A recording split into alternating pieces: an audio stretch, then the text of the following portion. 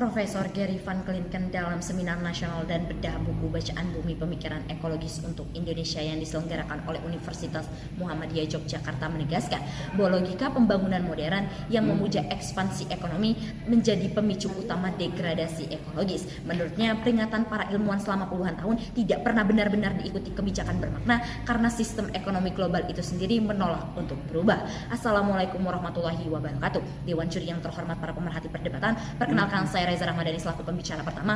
Untuk pertama kalinya menyatakan kesetujuan kami terhadap mosi penekanan berlebihan pada pertumbuhan ekonomi telah mengaburkan prioritas negara dalam respon krisis ekologis. Dewan Juri, terdapat frasa yang harus kita perhatikan bersama, yakni yang pertama, berdasarkan jurnal program studi ekonomi pembangunan yang berjudul Analisis Pengaruh Tingkat Pertumbuhan Ekonomi menyatakan bahwasanya pertumbuhan ekonomi adalah proses kenaikan kapasitas produksi suatu perekonomian yang diwujudkan dalam bentuk kenaikan pendapatan nasional. Yang kedua, krisis ekologis menurut Wahana Lingkungan Hidup Indonesia dimaknai sebagai ketidakadilan dan gagalnya sistem pengurusan alam sehingga mengakibatkan hancurnya daya dukung lingkungan serta rusaknya ekosistem. Dalam konteks mosi perdebatan kita pada kali ini, Dewan Juri, upaya mengejar kenaikan kapasitas produksi atau pertumbuhan ekonomi yang melampaui batas dan berlebihan telah memicu gagalnya sistem pengurusan alam. Akibatnya, hal ini mengaburkan prioritas negara di mana keselamatan rakyat dan daya tampung lingkungan selalu dikalahkan oleh ambisi kenaikan pendapatan nasional. Dewan Juri, mosi hari ini hadir sebagai respon terhadap ambisi pemerintah untuk mencapai pertumbuhan ekonomi 8% yang menurut catatan Wahana Lingkungan Hidup Indonesia justru mengeksploitasi sektor hutan, tambang, dan energi secara masif. Hal ini terlihat jelas melalui kebijakan yang terus mempertahankan sekaligus menggenjot intensitas hilirisasi mineral serta rencana pembukaan lahan seluas 20 juta hektar untuk pangan dan energi serta proyek besar seperti food estate dan berbagai proyek strategis nasional lainnya yang kini justru beresiko mempercepat laju deforestasi serta pelepasan emisi karbon dalam skala besar. Padahal secara filosofis, Undang-Undang Dasar 1945 pada alinea keempat telah menetapkan mandat perlindungan terhadap segenap bangsa dan seluruh tumpah darah Indonesia. Lebih daripada itu, pada pasal 33 ayat 4 secara konstitusional mewajibkan setiap aktivitas ekonomi untuk berpegang pada prinsip keberlanjutan dan berwawasan lingkungan. Maka membiarkan prioritas ekologis kabur demi pertumbuhan ekonomi bukanlah kemajuan melainkan bentuk pengabaian terhadap amanat konstitusi. Berdasarkan hal tersebut, Dewan Juri, terdapat setidaknya 3 poin urgensi mengapa kami mendukung mosi perdebatan hari ini. Yang pertama, penekanan berlebihan kepada negara untuk menghasilkan ekonomi memberikan dampak negatif secara luas pada ekologis. Dan yang kedua, maraknya penekanan pertumbuhan ekonomi tanpa pembangunan ekonomi dan regulasi aturan yang ketat menimbulkan kesenjangan di dalam ekonomi negara. Serta yang ketiga, pertumbuhan ekonomi yang dipaksakan hanya berfokus pada stabilitas jangka pendek daripada jangka panjang itu sendiri. Berdasarkan hal tersebutlah, Dewan Juri yang terhormat, kami bangga menjadi tim pro. Justitia non neganda non diperenda. Keadilan tidak dapat disangkal atau ditunda. Assalamualaikum warahmatullahi wabarakatuh. Shalom, Om Swastiastu, Namo Buddhaya, dan salam kebajikan untuk kita semua. Kepada Dewan yang terhormat, moderator, serta rekan berpikirku dari tim oposisi, perkenalkan saya Dimas Maulana selaku pembicara kedua yang akan mempertegas kembali rangkaian argumentasi yang telah disampaikan oleh pembicara pertama kami dari tim pemerintah. Dewan Juri yang terhormat, kami secara tegas dan lugas mendukung penuh adanya mosi perdebatan kita kali ini bahwa penekanan berlebihan pada pertumbuhan ekonomi telah menguburkan prioritas negara dalam merespon krisis ekologis. Dewan Juri yang terhormat, di sini kami menggunakan teori treadmill of production, yang mana hal ini menyatakan oleh Alan Sternberg yang menjelaskan bahwa sistem kapitalisme menciptakan treadmill di mana negara, korporasi, dan pekerja semuanya terdorong untuk meningkatkan produksi yang menciptakan eksploitasi lingkungan secara terus-menerus. Hal ini justru memberikan dampak secara struktural yang terdorong untuk mengorbankan lingkungan demi mempertahankan mesin pertumbuhan. Namun dalam jangka pendek bukan hanya untuk jangka panjang, dan justru hal ini dapat merugikan warga negara dan masyarakat yang ada. Dewan Juri yang terhormat, sejatinya hal ini melanggar pasal 33 ayat 4 Undang-Undang Dasar 1945 yang menegaskan bahwa perekonomian nasional diselenggarakan berdasarkan prinsip berkelanjutan dan berwawasan lingkungan. Hal ini ditegaskan kembali dalam Rio Declaration, yaitu pada tahun 1992, yang mana prinsip ini merupakan landasan hukum internasional yang menegaskan bahwa pembangunan dan pertumbuhan ekonomi harus memenuhi kebutuhan saat ini tanpa mengorbankan kemampuan generasi mendatang. Dewan Juri yang terhormat, di sini kami memiliki beberapa urgensi dan juga solusi yang nantinya akan dijabarkan secara komprehensif oleh rekan-rekan kami. Namun Dewan Juri yang terhormat, urgensi kami yang pertama yaitu penekanan berlebihan kepada negara untuk menghasilkan ekonomi memberikan dampak negatif secara luas pada ekologis. Dewan Juri yang terhormat, kami kutip dari Kompas, yaitu Bank Dunia mencatat bahwa lebih dari 20 tahun terakhir, pertumbuhan ekonomi Indonesia berjalan seiring dengan peningkatan emisi gas rumah kaca. Bahkan, kami kutip sekitar 70% bencana alam di Indonesia terkait dengan iklim yang disebabkan oleh pembangunan pabrik ilegal dan deforestasi yang belum menggantungi izin dan minim pengawasan. Data ini kami acu dari adanya laporan yang telah disebutkan dalam Kompas. Dewan Juri sejatinya ini melanggar dengan adanya Undang-Undang Nomor 32 Tahun 2009 tentang Perlindungan dan Pengelolaan Lingkungan Hidup, yaitu dalam pasal 2 yang memuat asas keberlanjutan, kehati-hatian, dan juga keadilan serta dalam hal ekosistem. Lalu yang kedua, Dewan Juri yang terhormat, kami meyakini bahwa maraknya penekanan pertumbuhan ekonomi tanpa pembangunan ekonomi dan regulasi aturan yang ketat justru menimbulkan kesenjangan dalam ekonomi negara. Mengapa? Kami mengacukan dalam Menteri Keuangan memperingati bahwa perubahan iklim bisa memangkas lebih dari 10% PDB atau produk domestik bruto Indonesia pada tahun 2026 jika tidak ditangani serius. Lebih dari 300 bencana alam terjadi dari tahun 1990 sampai tahun 2026 yang mempengaruhi lebih dari 39 juta orang di Indonesia. Dewan Juri yang terhormat, sejatinya apabila kita ingin meningkatkan perekonomian haruslah beracu pada Undang-Undang Nomor 32 Tahun 2009 tentang Perlindungan dan Pengelolaan Lingkungan Hidup, khususnya dalam pasal 22 ayat 2, yaitu terkait dengan dampak pentingnya ditentukan berdasarkan kriteria besar jumlah penduduk, luas wilayah, intensitas dan lamanya dampak berlangsung, banyaknya komponen lingkungan, dan serta hal-hal terkait. Dewan Juri, kami meyakini bahwa hal ini memang harus dilakukan karena sejalan dengan pasal 33 ayat 4. Lalu selanjutnya, Dewan Juri yang terhormat, apabila kita mengacu dalam hal yang ketiga, urgensi kami yang ketiga, yaitu pertumbuhan ekonomi yang dipaksakan hanya berfokus pada stabilitas jangka pendek daripada jangka panjang. Dewan Juri yang terhormat, jika kami mengambil 3 sumber data yang berbeda untuk mendukung argumen kami secara penuh, kali ini kami mengutip dari Indonesia Informal Wide, Laporan Indonesia Hijau, dan CNBC News Indonesia yang memberikan masing-masing data. Pertama, lebih dari 9 juta hektar hutan hilang sejak tahun 2000, yang mana terutama karena perkebunan dan pertambangan. Lalu yang kedua, deforestasi neto masih mencapai 175,400 hektar per tahun, dan yang ketiga, hutan primer tersisa hanya 47,2 juta hektar yang banyak dikonversi untuk sawit, tambang, dan infrastruktur. Hal ini menekankan kepada kami Dewan Juri yang terhormat bahwa pertumbuhan ekonomi yang tanpa adanya pembatasan tertentu justru akan merugikan.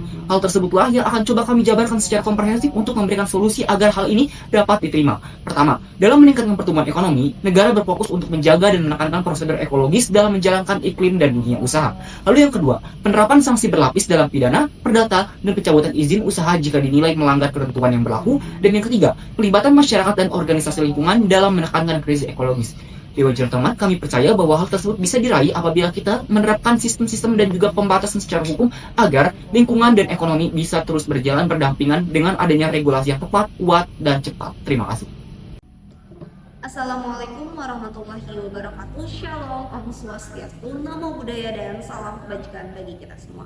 Dewan Juri yang terhormat, juga para pemerhati perdebatan sekalian, saya Nazwa Fitriani selaku pembicara ketiga akan membedah masa perdebatan dari sisi sosiologis dan juga empiris.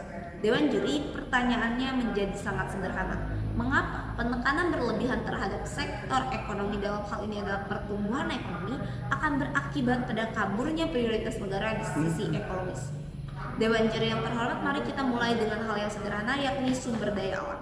Sumber daya alam dalam pemanfaatannya masih menjadi strategis primer, yang mana hal ini selaras dengan yang dilaporkan oleh World Bank melalui Total Natural Resource Rate, di mana PDB di banyak negara masih sangat bergantung pada pemanfaatan sumber daya alam, seperti Libya dengan angka 61%, kemudian Irak dengan angka 43,4%.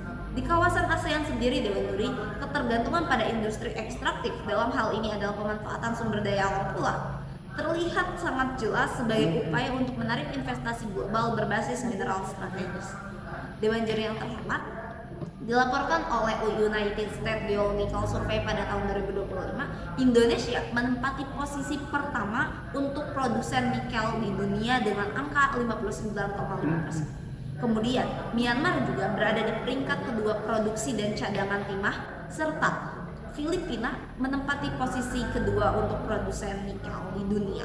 Dewan Juri, dominasi ini memperlihatkan bagaimana industri ekstraktif menjadi instrumen strategis bagi negara-negara di kawasan ASEAN dalam peta ekonomi global.